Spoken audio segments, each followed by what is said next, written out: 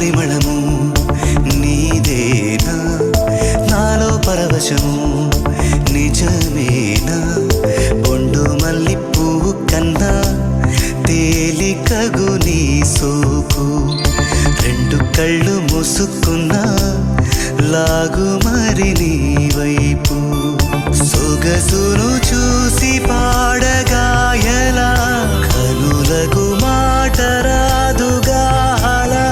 వింతల్లోనూ కొత్త వింత నువ్వేనా ఆ అందం అంటే అచ్చంగాను నువ్వే